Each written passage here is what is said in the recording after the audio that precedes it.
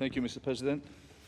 Allow me to congratulate Lord Prescott for his excellent report. And let me begin my intervention by referring to the words of Stephen Hawking, who said characteristically, to save mankind from the threats of climate change, disease, and overpopulation, we must colonize Mars within 100 years.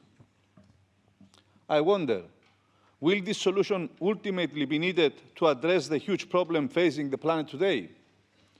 For nearly 20 years, UN negotiators have tried, without succeeding, to establish a legally binding global treaty that will demand states to cut emissions of air pollution, pollutants. Similarly, the aim of the Paris Climate Change Summit was to achieve a legally binding agreement so that, with the contribution of all countries, to keep the increase in global average temperature below 2 degrees Celsius above the pre-industrial levels. The result was unfortunately negative, with countries undertaking only voluntary national commitments, a fact that permitted Donald Trump to announce in June 2017 the withdrawal of the US from the agreement. Consequently, although the international community approved the agreement with rave references, no substantial changes have been made since 2015. For example, while the principle of solidarity is a decisive factor for the effective implementation of the agreement, even the poorest developing countries in the South are waiting for financial assistance to adapt to climate change and to develop new clean technologies.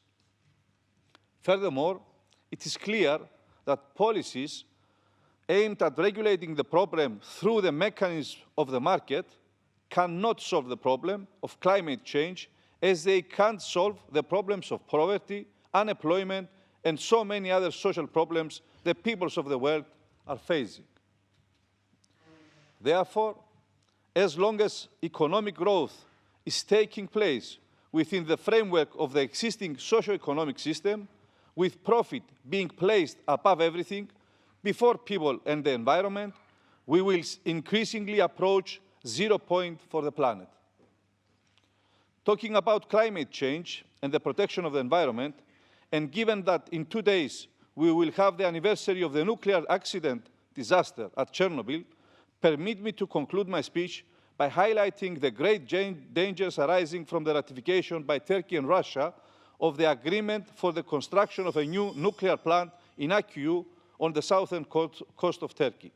The plant will be located at 90 kilometers from the coast of Cyprus and is being constructed in an area with great seismic activity and of particular environmental value. It is more than certain that the consequences of a possible nuclear accident will be devastating for the entire Southeast Mediterranean region. Thank you.